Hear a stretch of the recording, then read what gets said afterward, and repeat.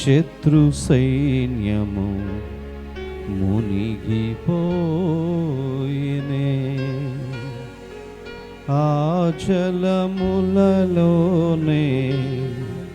శత్రు సైన్యము మునిగిపోయినే. బిగ్గరగా చప్పలు కొడుతూ ఘనుడైన దేవుని స్తుతిద్దాం. ఆ జలములలోనే శత్రు సైన్యము మునిగిపోయెనే.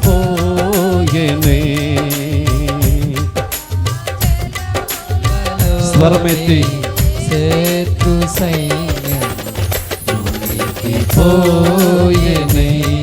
కృపా సత్య సంపూర్ణుడా సర్వలోకానికే చక్రవర్తివి నీవే యేసయ్యా.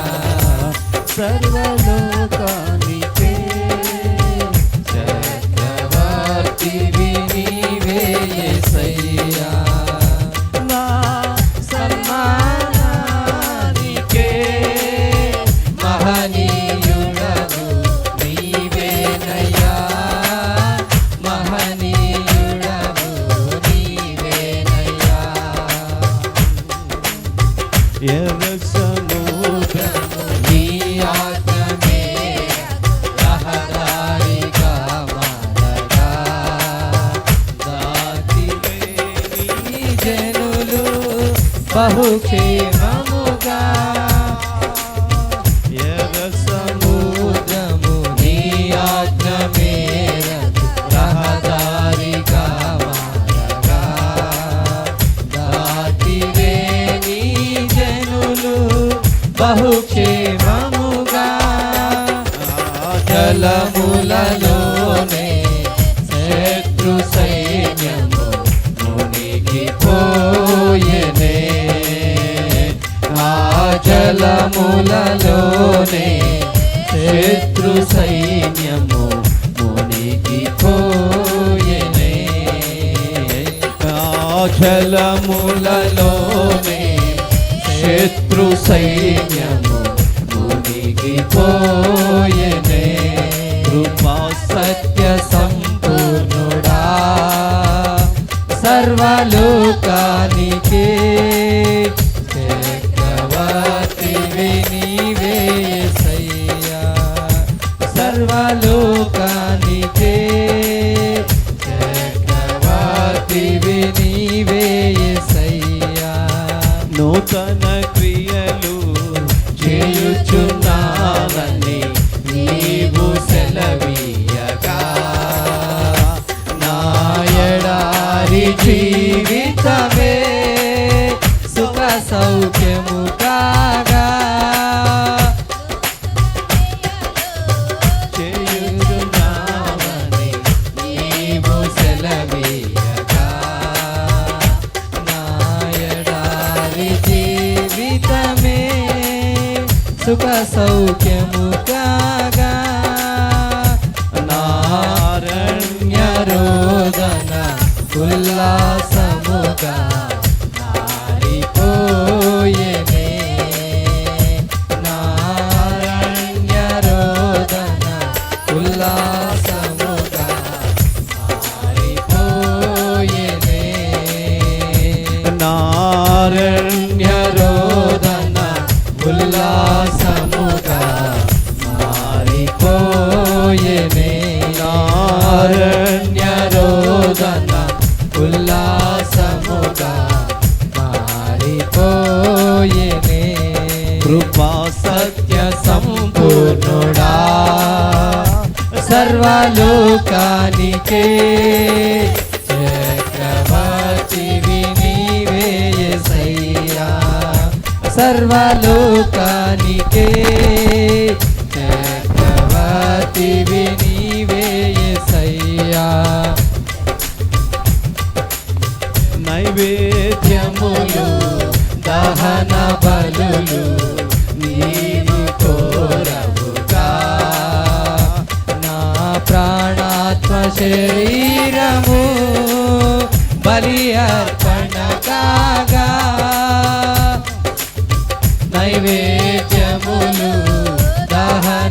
బలులు నీవు కోరవుగా నా ప్రాణాత్మ శరీరము బలి అర్పణ కాగా నా జీవ బలులు స్తోత్ర బలులుగా మారిపోయేనే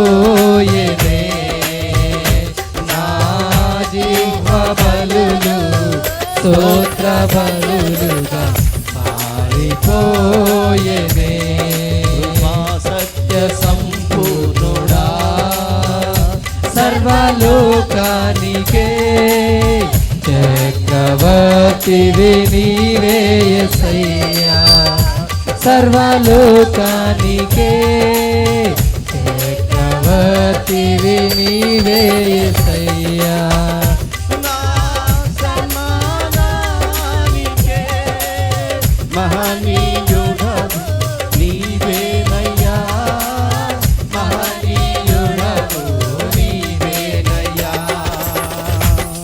కృపా సత్య సంపూర్ణుడా సర్వలోకానికే చక్రవర్తివి నీవే యేసయ్యా సర్వలోకానికే చక్రవర్తివి నీవే యేసయ్యా నారణ్య రోదన ఉల్లాసముగా మారిపోయేనే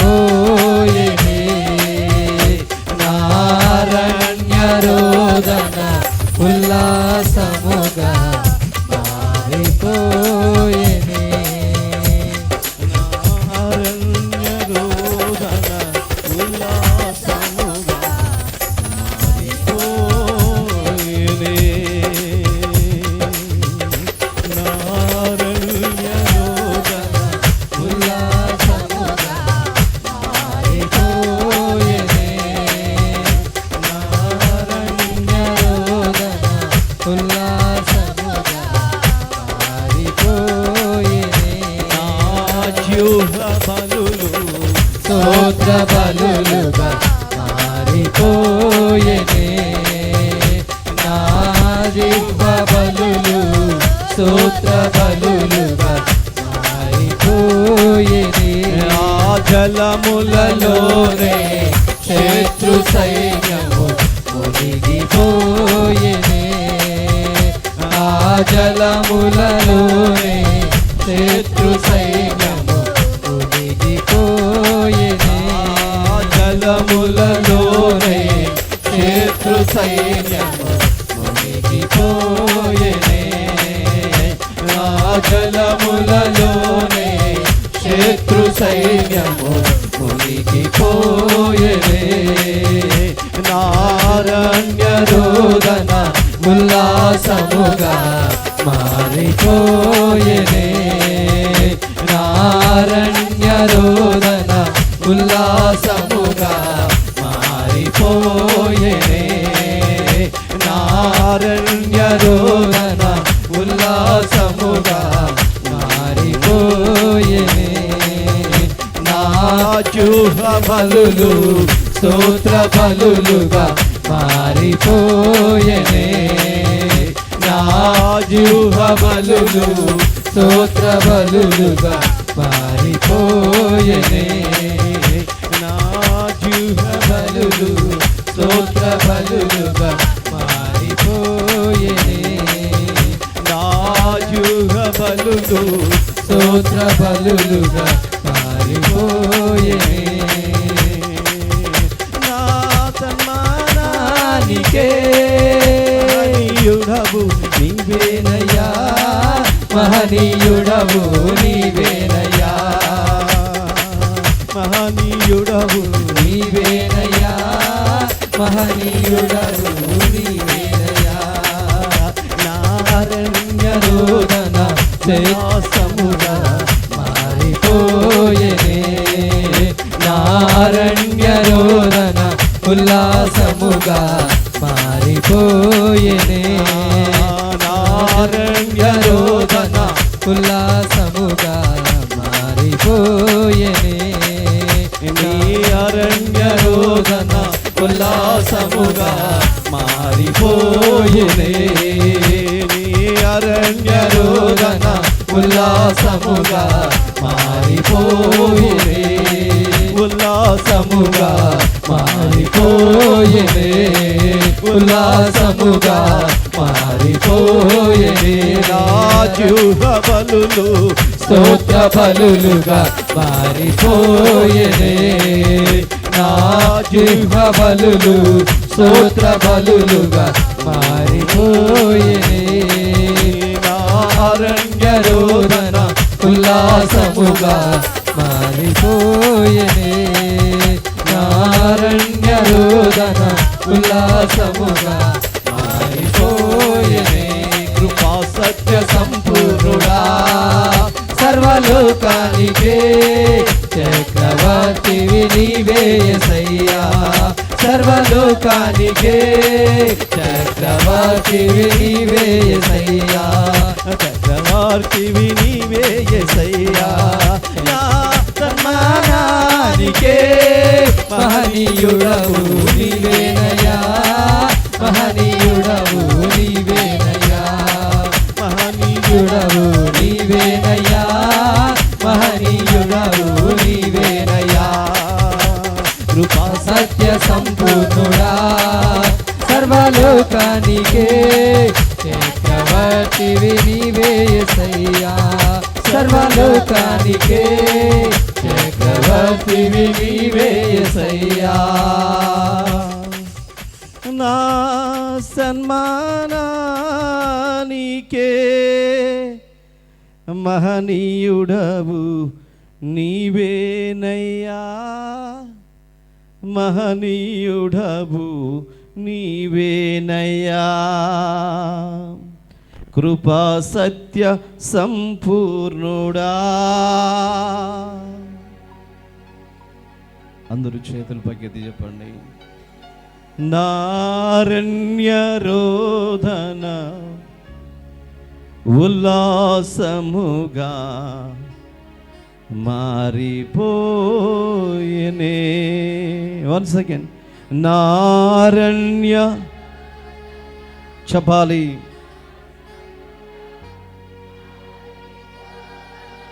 బిగ్గరగా చదమా నారణ్య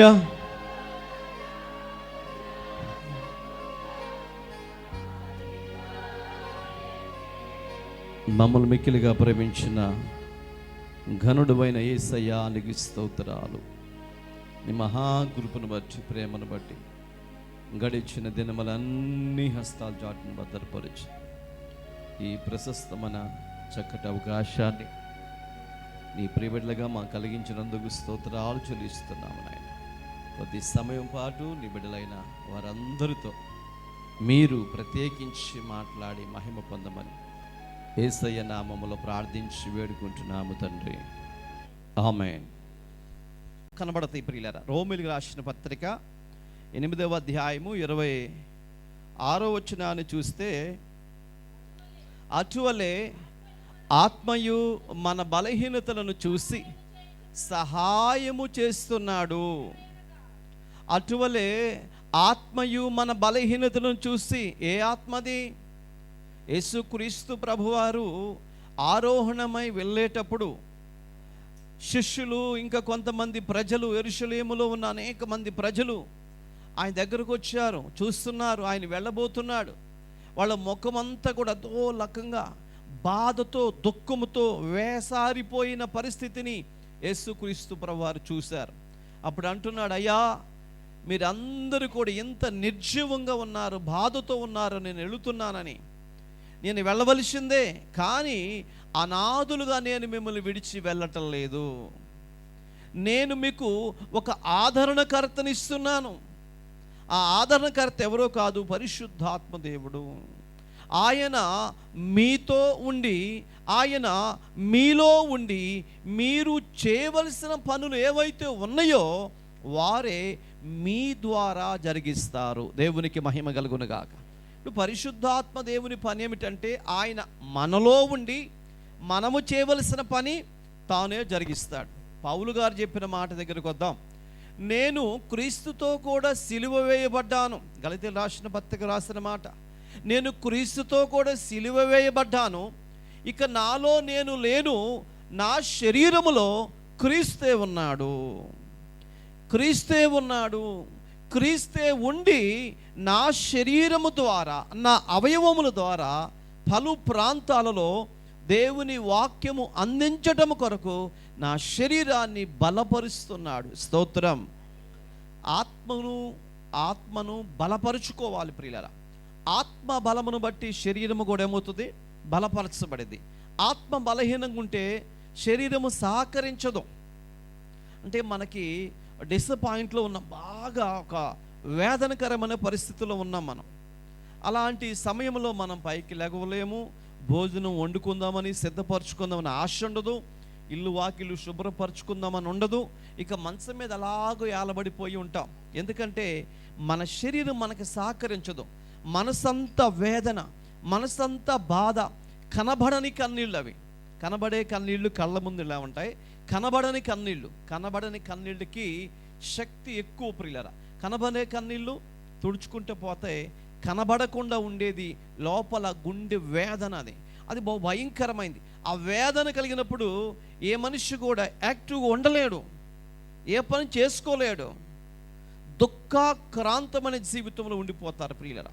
అంటే ఆత్మ బలపరచబడినప్పుడు, ఆత్మ ఉజ్జీవింపబడినప్పుడు, ఆత్మ పునరుద్ధానపు శక్తి చేత నింపబడినప్పుడు ఆటోమేటిక్గా శరీరము అన్ని కార్యక్రమాలు చేయటానికి ముందుకు వస్తుంది ప్రియులరా. ఇప్పుడు శరీరము పౌలు గారిదైతే, ఆత్మ దేవునిదైతే, ఆ ఆత్మ ఈ శరీరాన్ని బలపరుస్తుంటే, ఆత్మ శరీరాన్ని తెప్పరిల చేస్తుంటే, ఈ ఆత్మ ఈ శరీరములో ఆ రక్తము పరవళ్ళు దొక్కుతుంటే అనేక ప్రాంతాలకు వెళ్ళి దేవుని వాక్యాన్ని బోధించాలి, అనేక మంది అన్య జనాంగానికి సువార్తను అందింపచేయాలని ఆ ప్రాణము తెప్పరిల్లుతుంది ప్రియులారా. అందుకంటాడు, నా శరీరము ద్వారా అనేక మందికి సువార్త అందింపచేయు నిమిత్తము, అన్యజనులకు దేవుని వాక్యము వినిపింపచేయు నిమిత్తము, ఇదిగో దేవుడు నా ప్రక్కన నిలిచాడు.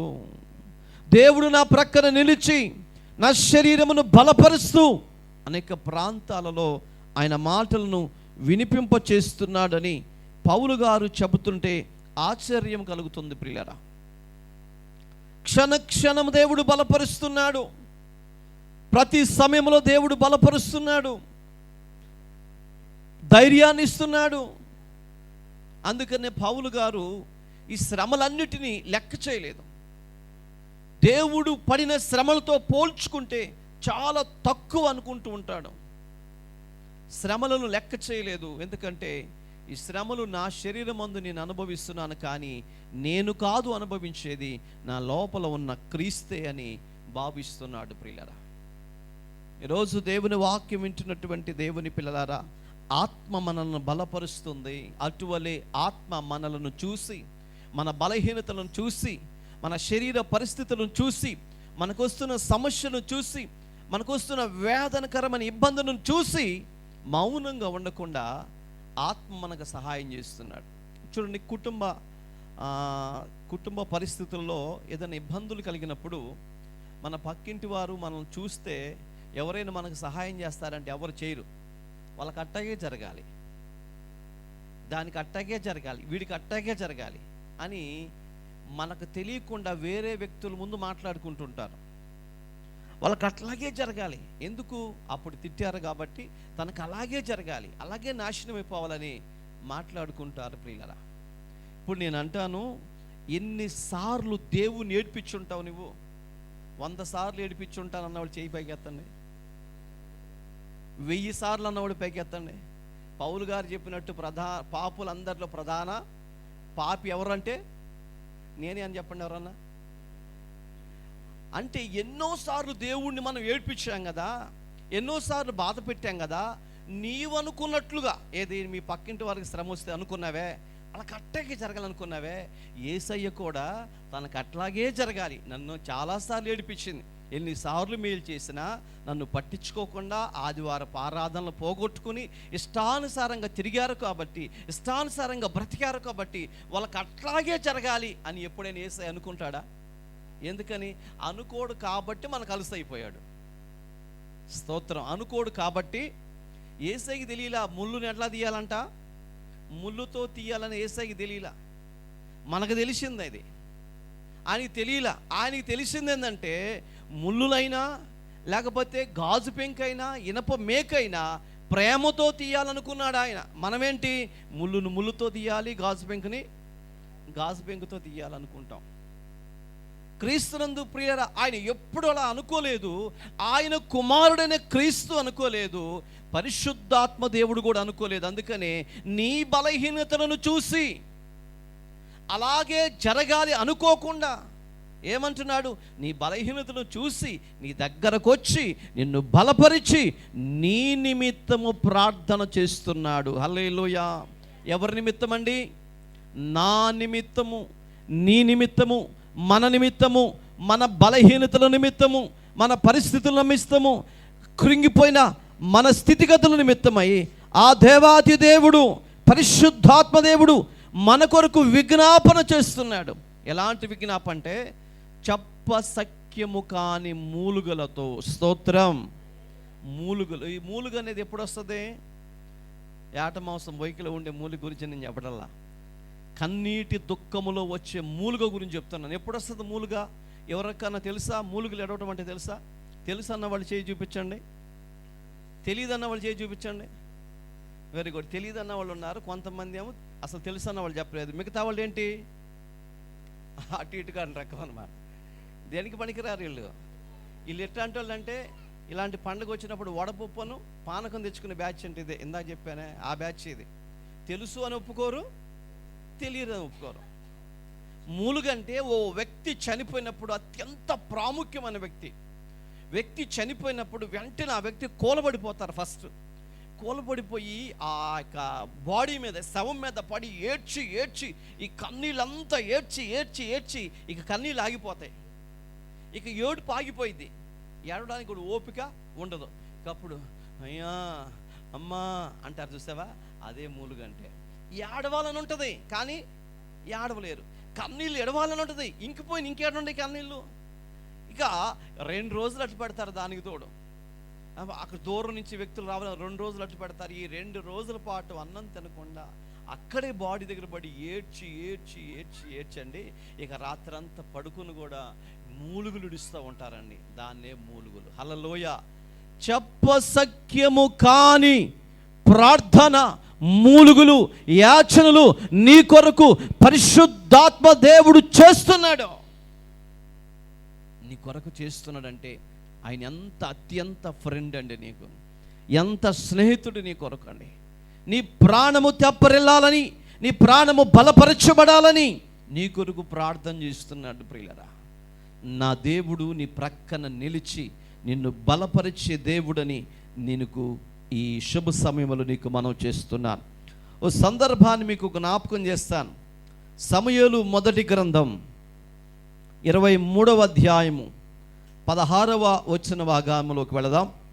సమూయేలు మొదటి గ్రంథం 23వ అధ్యాయము 16వ వచనంలోకి వెళదాం.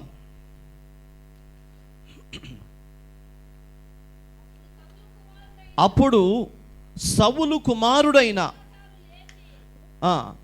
యోనాతాను లేచి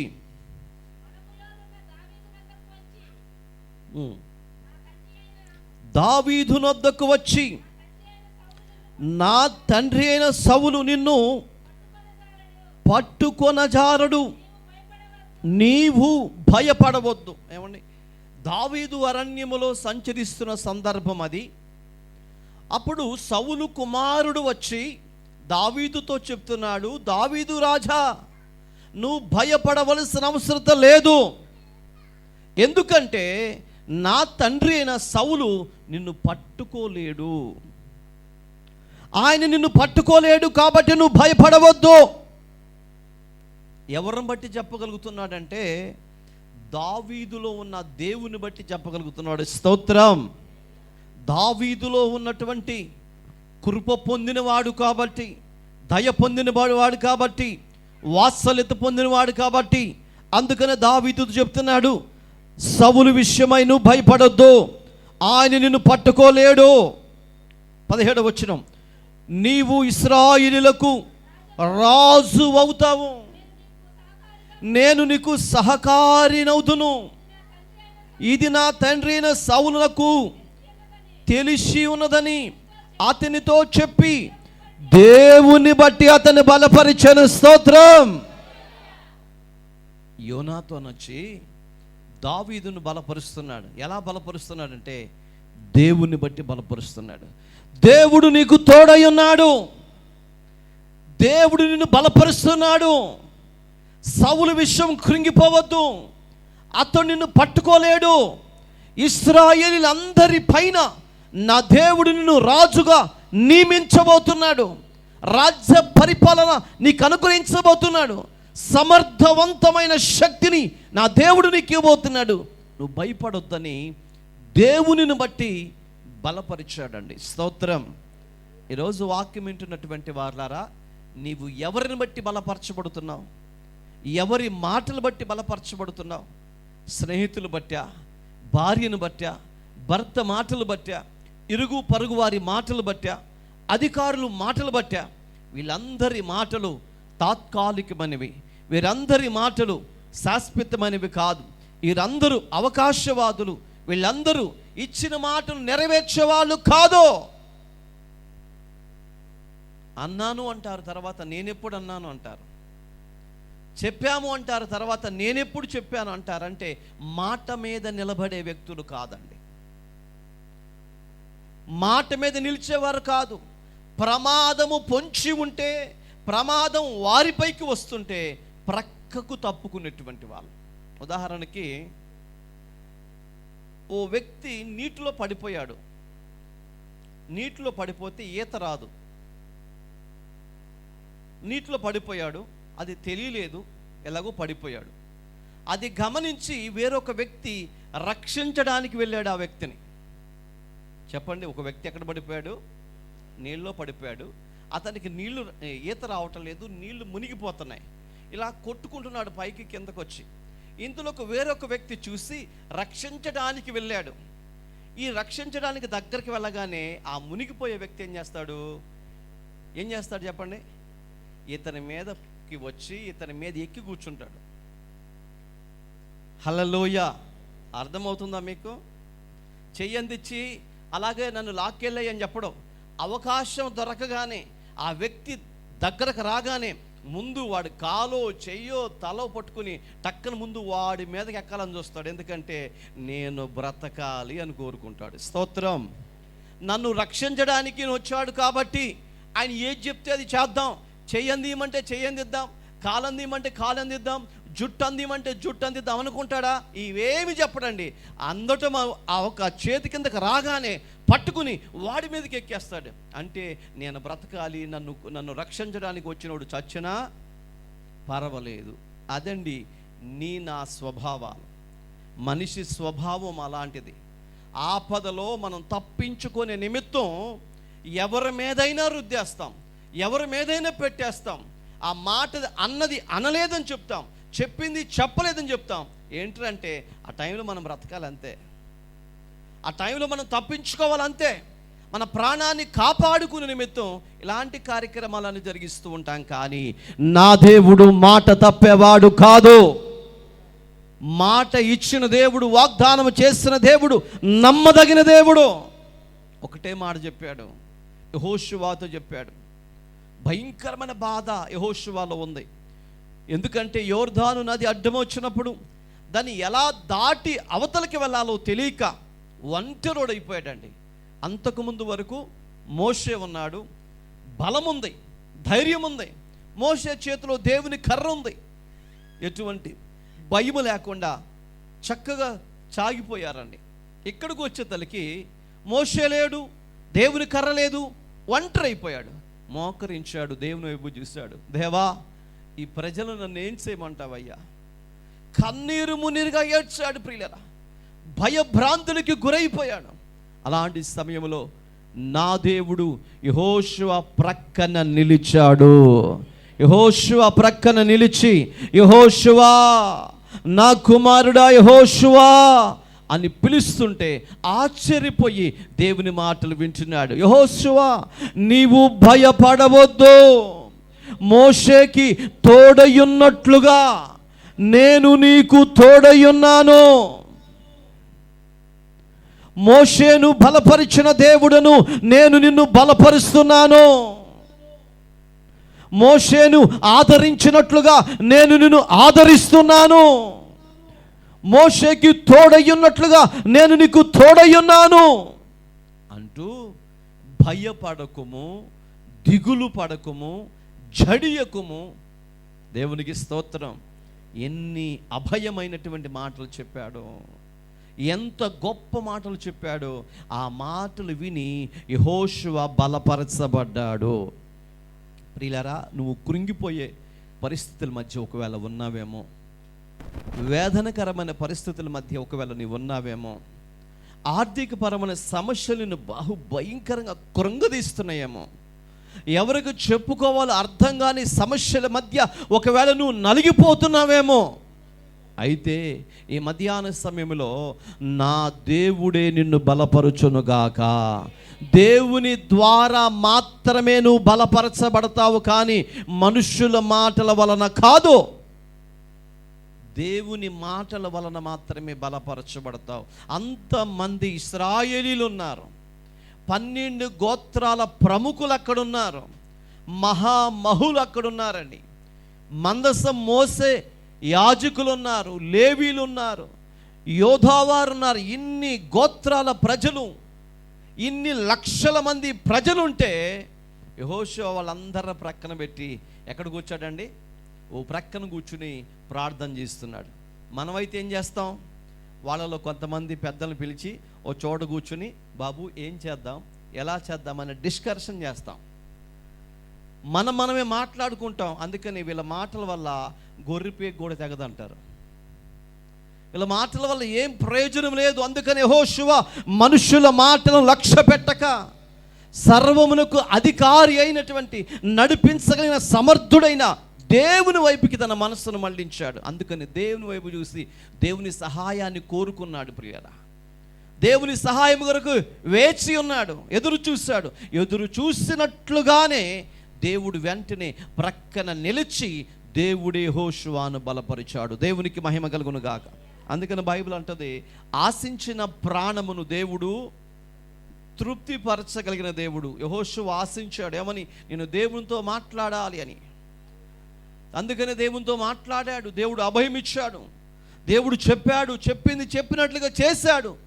ఒక ఉన్నతమైన కృప పొందుకున్నాడు. ప్రియా దేవుని బిడ్డలారా, ఈరోజు నేను చెప్తాను, దావీదు దగ్గరికి సౌలు కుమారుడు వచ్చి అంటాడు, నువ్వు భయపడొద్దు, ఈ సౌలు నిన్నేమి చేయలేడు, నువ్వు ఇశ్రాయేలులకు రాజు అవబోతున్నావు. ఎవరిని బట్టి చెప్తున్నాడు ఈ మాట? బైబిల్ రాయబడింది, దేవుణ్ణి బట్టి చెప్తున్నాడు. ఈరోజు నీ మాటలు దేవునిని బట్టి మాత్రమే ఉండాలి, మనుషులను బట్టి మాత్రం కాదండి. దేవునిని బట్టి నీ మాటలు ఉండాలి, దేవుని కృపను బట్టి నీ మాటలు ఉండాలి, దేవుని వాత్సల్యమును బట్టి నీ మాటలు ఉండాలి, దేవుని మహదైశ్వమును బట్టి నీ మాటలు ఉండాలి. నీ మాటలలో దేవుడు మిళితమై ఉండాలి. ప్రియులరా, అవి పరిశుద్ధమైన మాటలు, శక్తినిచ్చే మాటలు, జీవమునిచ్చే మాటలు, మేల్కొలిపే మాటలు అయి ఉండాలి. హల్లెలూయా. కొంతమంది మాటలు మనిషిని ఏం చేస్తాయండి? కృంగదీస్తాయి. హాస్పిటల్కి వెళ్ళినప్పుడు ఆ పేషెంట్ బెడ్ మీద ఉన్నప్పుడు బాగున్నావా అంటాం, బాగానే ఉన్నావు అంటాడు. ఆ తర్వాత మనం ఆ డాక్టర్ గారు ఏమి ఇచ్చాడంటే ఏమి ఇస్తాడు? మందులు ఇస్తాడు. ఏం తినమన్నాడంటే అందరికి తెలుసు, యాపిల్ పండు తినమాడు, ఆ దానిమ్మకాయ తినమన్నాడు, అరటి పండు తినమన్నాడు, ఇది తినమన్నాడు అని చెప్తాడు. అవి కాకుండా ఏం వద్దయ్యా, ఎండుగడ్డి సగం పచ్చిగడ్డికి సగం 2 కలిపి తినమన్నాడు అని చెప్తాడా ఏ డాక్టర్ అన్నా? చెప్పడు కదా. మళ్ళీ అడగాలి కాబట్టి అడుగుతాం, వాడు చెప్పాలి కాబట్టి చెప్తాడు. వచ్చేటప్పుడు మనం అడిగే ఒకే ఒక డైలాగ్ వాడి జీవితాన్ని మార్చేసింది. హల్లెలూయా. వచ్చేవాళ్ళం నెమ్మదిగా ఒక అడుగు ముందుకేసి వెనక్కి తిరిగి అయ్యో జాగ్రత్త అయ్యో అంటాం. అనగానే వాడు ఎట్టా చూస్తాడు, ఏమీ లేదు, మన పక్కింటి కాడ అదే మన ఊరు పక్కన ఊరుందే, ఆడ మల్లేసారి అడుండాడు కదా, వాడికి ఎట్లాగే జ్వరం వచ్చింది, రేపు హాస్పిటల్కి తీసుకెళ్దాం అనుకున్నారంతే, ఈ రాత్రి టపక్కని చచ్చిపోయాడు, నువ్వు జాగ్రత్త అయ్యా అని అనగానే ఈ జ్వరం వచ్చిన వాడికి రేపు డిశ్చార్జ్ చేద్దాం అనుకున్న వాడికి ఫీజులు కట్ అయిపోయి ఏం చేస్తాడండి? పూర్తి స్థాయిలో బీపీ షుగర్ హై రేంజ్లోకి వెళ్ళిపోతాయి. అప్పుడే డాక్టర్ గారు వస్తాడు, సార్ రేపు డిశ్చార్జ్ చేద్దామా అంటే బ్లడ్ టెస్ట్ చేస్తారు, అప్పుడు పెరిగిద్దండి షుగర్ 450 550. వామ్మో ఇప్పుడు డిశ్చార్జ్ చేయటం లేదు, ఇంకా 2 రోజులు ఉండమంటారు.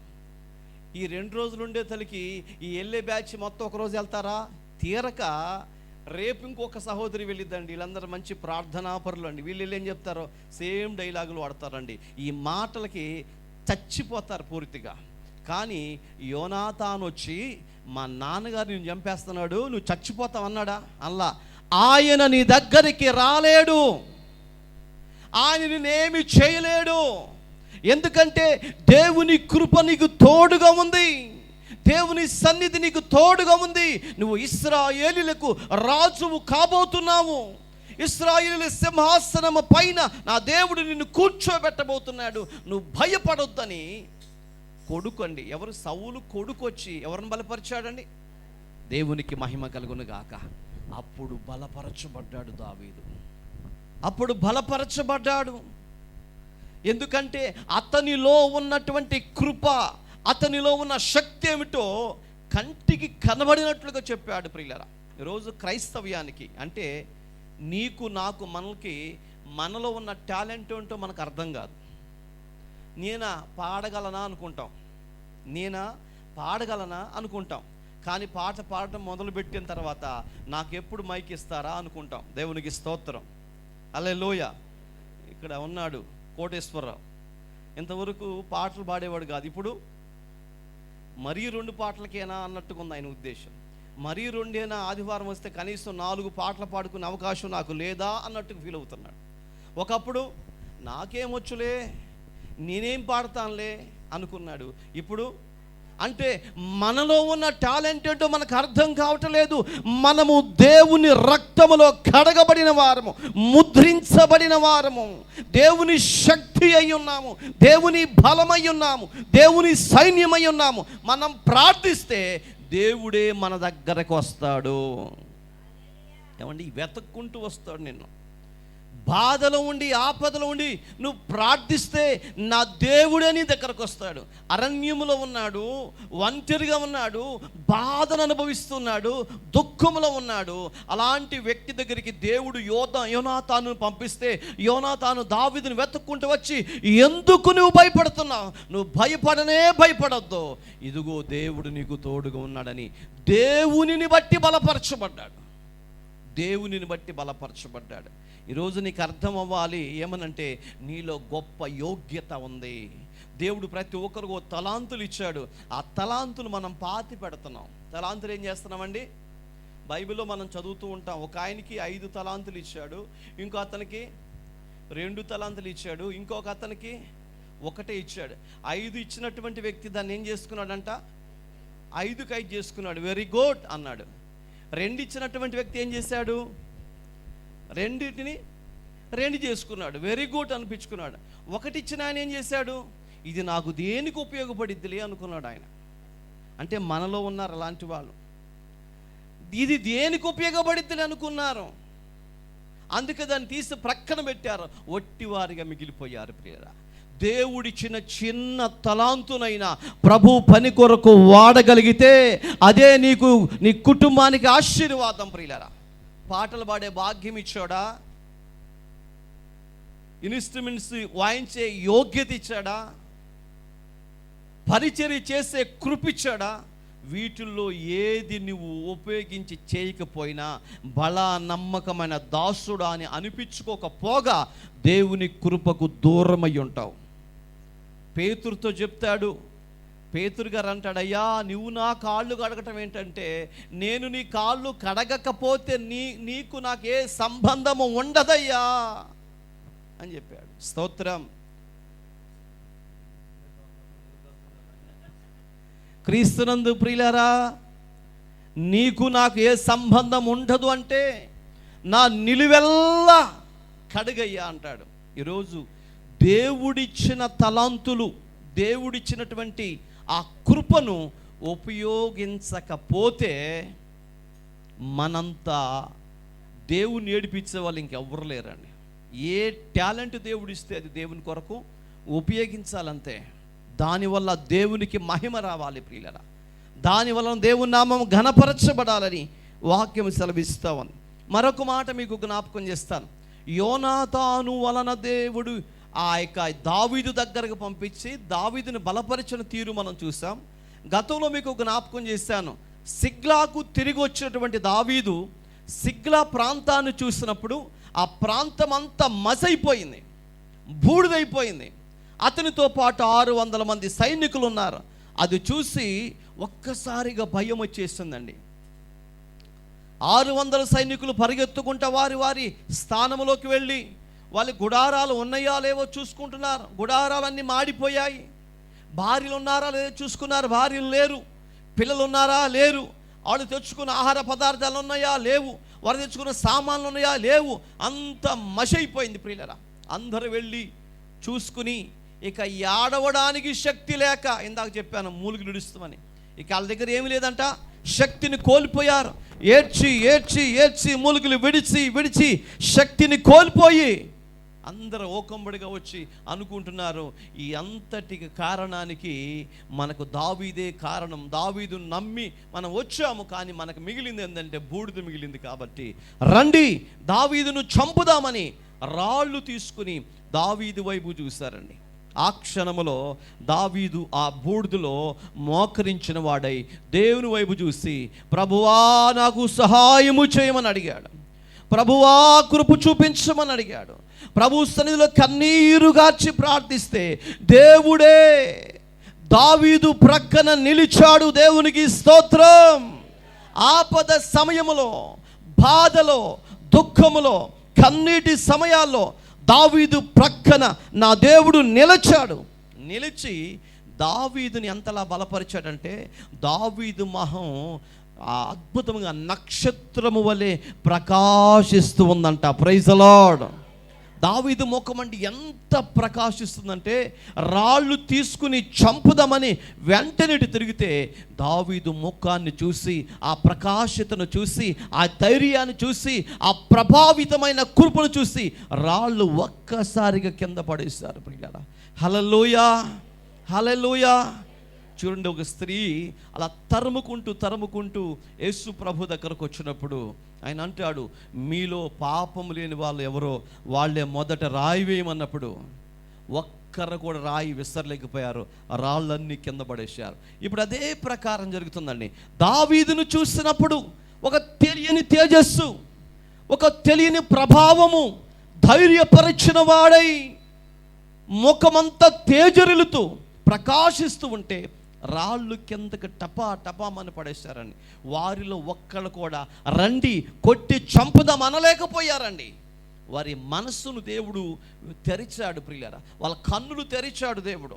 హాగరు కన్నులు తెరిచినప్పుడు ఏ విధంగా ప్రక్కన నీటి ఓటులు కనబడ్డాయో, అలాగే దేవుడు ఈ యొక్క ఇశ్రాయేలీల ప్రజలు 600 మంది సైనికుల ఆ కన్నులు తెరిచినప్పుడు ప్రకాశవంతంగా వెలుగుతున్న దావీదు మాత్రమే కనబడ్డాడు. స్తోత్రం. అందులో రాయబడిన మాట ఏం తెలుసా? దావీదు యెహోవా యొద్ద నుండి ధైర్యపరచబడ్డాడు. Praise the lord. అంటే బలపరచబడ్డాడు. ఎవరి నుంచి అండి? సైన్యములకు అధిపతి అయిన యెహోవాను బట్టి బలపరచబడ్డాడు. ఇప్పటి వరకు చాలామంది భక్తుల గురించి మనం ఆలోచన చేస్తూ వచ్చాం. ఎవరు చూసినా దేవునిని బట్టే బలపరచబడుతున్నారు. నేను అంటున్నాను, ఈ యొక్క ప్రత్యేకమైన సమయంలో ఆయన నీ ప్రక్కన నిలిచాడు. ఆయన నీ ప్రక్కన నిలిచి ఉన్నాడు కాబట్టి ఆయన నిన్ను బలపరచడం కోసమే నీ ప్రక్కన ఉన్నాడు. ఆత్మ అటువలే నిన్ను చూసి, నీ బలహీనతలను చూసి నీకు సహాయము చేస్తున్నాడు. నీ శరీర తత్వాన్ని చూసి, నీకున్న ప్రాబ్లమ్స్ అన్నిటిని చూసి, శరీర సంబంధముగాను ఆత్మ సంబంధముగాను దేవుడు నీకు సహాయం చేస్తున్నాడు. నిన్ను ప్రతి క్షణము బలపరుస్తున్నాడు ప్రియులారా. అందుకనే పౌలు గారు ఒక మాట అంటాడు, శరీరము బలహీనమైనప్పటికీ కూడా ఆత్మ, చెప్పండి, సిద్ధం అంటే ఏంటి? బలపరచబడింది ఆత్మ అని అర్థం. బలపరిచిన వాడు ఎవరు? దేవుడే. దేవుడే. ఈరోజు వాక్యం వింటున్నటువంటి దేవుని ప్రజలారా, నేను ముగించే ముందు ఒక మాట మీరు వినండి. నా దేవుని ద్వారా మాత్రమే మనము బలపరచబడతాము. ఇంకా మనుషులు ఎవ్వరిని బట్టి బలపరచబడలేము. ఇక్కడ యోనాతాను వచ్చి ఆ మాట మనం చదివితే చూడండి, అతనితో చెప్పి దేవునిని బట్టి అతన్ని బలపరిచెను. ఎవరిని బట్టి అండి? దేవుని బట్టి. మనుషుల మాటల వల్ల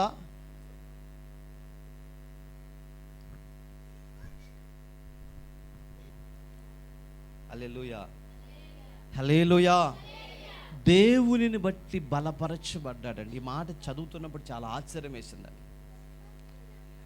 యోనాతాను తండ్రి పక్షము నిలబడవలసింది, దేవుడంటే ఏమిటో, దేవుని మహదేశ్యం ఏమిటో గుర్తించిన వాడై దావీదు దగ్గరకు వచ్చి, దావీదు నువ్వు భయపడాల్సిన పని లేదు, సౌలును చూసి, సౌలు వెనకమాల ఉన్న జనాన్ని చూసి భయపడుతున్నామేమో, భయపడద్దు అని దేవునిని బట్టి బలపరిచాడు. దేవుని బట్టి ఈరోజు నేను అంటున్నాను, నా దేవుడు నీకు తోడుగా ఉన్నాడు, నా దేవుడు నిన్ను బలపరిచే దేవుడు, నా దేవుడు నీ ప్రక్కన నిలిచే దేవుడని నీకు ఈ మధ్యాహ్న సమయంలో మీకు జ్ఞాపకం చేస్తున్నా. మిగిలినటువంటి విషయాలు మరొకసారి జ్ఞాపకం చేస్తాను. ఈరోజు మీరు గమనించండి ప్రియులరా, నా దేవుడు నీ పక్షమున కార్యములు జరిగించేవాడు.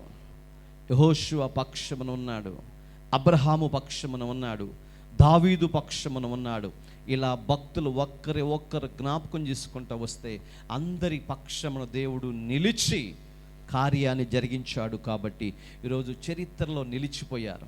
నీ ఏ పరిస్థితులు ఉన్నప్పటికీ కూడా నువ్వు దేవుని సన్నిధిలో, ప్రభువా నా పక్షమున నిలవండి అని ఒక మాట నువ్వు చెప్పగలిగితే, ఆయన కోరుకోగలిగితే, ఆయన మేఘారూరుడై మేఘాన్ని చీల్చుకుని నీ దగ్గరకు వచ్చేవాడై ఉన్నాడు, నీకు సహాయం చేసేవాడై ఉన్నాడు. అందుకనే నువ్వు కన్నీళ్లు విడుచుట నా దేవునికి నచ్చదు. నువ్వు ఏడుస్తుంటే దేవుడు చూడలేడు, నువ్వు బాధపడుతుంటే దేవుడు చూడలేడు. నీకు న్యాయము చేసే దేవుడు నా దేవుడు. హల్లెలూయా. నీ కన్నీళ్లు తుడిచే దేవుడు నా దేవుడు, నీ కన్నీటిలో నుంచి విడిపించే దేవుడు. పరిశుద్ధాత్మ నిన్ను చూసి మౌనంగా ఉండేవాళ్ళు కాదు. పరిశుద్ధాత్మ దేవుడు నిన్ను చూసి నీకు సహాయం చేసే దేవుడు. నీ అనుకున్న వాళ్ళు ఎవ్వరు నీకు సహాయం చేసేవాళ్ళు ఉండరు ప్రియులరా. చాటి మనిషి మనకు సహాయం చేయాలి అంటే మనం వాళ్ళకి చేస్తేనే వాళ్ళు చేస్తారు, లేకపోతే చేయరు. కానీ పరిశుద్ధాత్మ దేవుడు అలా కాదండి. నీ బలహీనతలను చూసి, నీకున్న ఇబ్బందులు చూసి, నీకు శరీర సంబంధముగాను ఆత్మ సంబంధముగాను నీ కొరకు ప్రార్థించి, నిన్ను బలపరిచి, నిన్ను నిలబెట్టి, ఇదిగో క్రీస్తు సంఘములో ఆయన ఎదుట కళంకమేమీ లేకుండా, ముడత ఏమీ లేకుండా, మచ్చ ఏమీ లేకుండా నా దేవుడు కోరుకున్న వధువు సంఘముగా నిలబెట్టేంతవరకు నీ కొరకు ప్రార్థించే దేవుడు ఆ ఆత్మ, పరిశుద్ధాత్మ. అందుకంటాడు, ఆ పరిశుద్ధాత్మ మీలో ఉండి, మీతో ఉండి, మీరు చేయవలసిన పనిని తానే జరిగిస్తాడు. హల్లెలూయా. మనం చేయవలసినటువంటి ప్రార్థన తాను చేసి మన బలపరుస్తున్నాడు. ఈరోజు మీకు జ్ఞాపకం చేసుకోండి మరొక మాట, దేవుడు నీ పక్షమున లేక నీ ప్రక్కన నిలిచి ఉన్నాడు. ఆయన నిన్ను చూస్తున్నాడు, ఆయన నిన్ను చూస్తూ ఉన్నాడు, నీ క్రియలు చూస్తున్నాడు, నీ ఆలోచన చూస్తున్నాడు, నీ తలంపులు చూస్తున్నాడు. తగిన సమయమందు నిన్ను హెచ్చిస్తాడు, తగిన సమయమందు నిన్ను బలపరుస్తాడు. ఆయన బలపరిచేంతవరకు కూడా ఆయన కృప కొరకు మనం ఎదురు చూస్తే దేవుని పిల్లలుగా ఉండాలి అని నేను మీకు జ్ఞాపకాలకు తీసుకుని వస్తున్నా. ఆయన నమ్మదగిన గొప్ప దేవుడు, బలవంతుడైన దేవుడు, సర్వమును ఎరిగినటువంటి దేవుడు, నీ పరిస్థితులను చక్కదిద్దగలిగినటువంటి దేవుడు, మహిమ స్వరూపుడైన దేవుడు నీ ప్రక్కన నిలిచాడు. అందరు లేచి నిలబడండి. ప్రభు సన్నిధిలో నీ ప్రక్కన నిలిచిన దేవుని వైపు చూస్తూ మనం ప్రార్థన చేద్దాం. నా ప్రక్కన నిలిచి నన్ను బలపరుస్తున్నటువంటి దేవానికి స్తోత్రాలని ప్రభు సన్నిధిలో ప్రార్థన చేద్దాం. హల్లెలూయా, హల్లెలూయా. ప్రభు సన్నిధిలో అందరూ కళ్ళు మూసుకోండి. ప్రభు సన్నిధిలో అందరూ కళ్ళు మూసుకోండి. ప్రియా దేవుని బిడ్డలారా, ప్రార్థనలో ఉందాము. ఘనుడైన దేవుని స్తుతిద్దాం, మహిమ కలిగిన దేవుని స్తుతిద్దాం. రాజులకు రాజు, ప్రభులకు ప్రభు అయిన దేవుని స్తుతిద్దాం ప్రియులారా.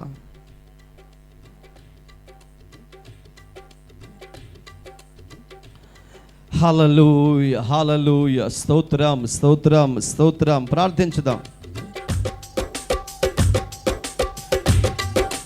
నేను వెదకక ముందే నన్ను వెతికిన ప్రేమ ఇది.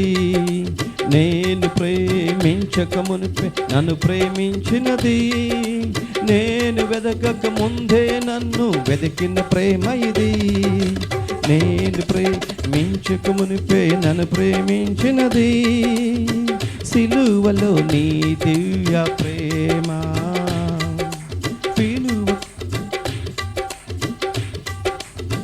సిలువలో నీ దివ్య ప్రేమ, విలువకు అందనిది యేసయ్యా. నీ ప్రేమ వర్ణింపా యేసయ్యా, వర్ణింపా నా తరమా. నాలోని ప్రేమ ఆ ప్రేమలో నన్ను బలపరచు దేవా. నాలోని ప్రేమ నీదయ్యున్నది దేవా. ఆ ప్రేమలో నన్ను బలపరచు దేవా. నీ ప్రేమ లేనిది, నీ ప్రేమ యేసయ్యా వర్ణింపా.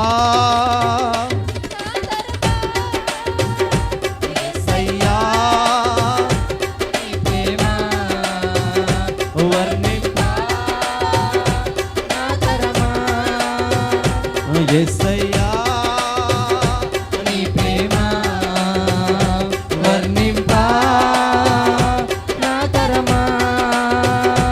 యేసయ్యా నీ ప్రేమ వర్ణింపా నా తరమా. వర్ణింపా నా తరమా. వర్ణింపా నా తరమా. నీ ప్రేమను వర్ణించలేము నాయన. హానికరమైన ప్రేమ అనేది. నీ ప్రేమ మా ప్రక్కన నిలిచి మమ్మల్ని బలపరిచేది నాయన. మా దుఃఖముల నుంచి విడిపించేది నాయన. మా స్థితిగతులను మార్చే నీ ప్రేమ. పరిశుద్ధాత్మ తానే మీ బలహీనతను చూసి మీకు సహాయము చేస్తున్నాడు.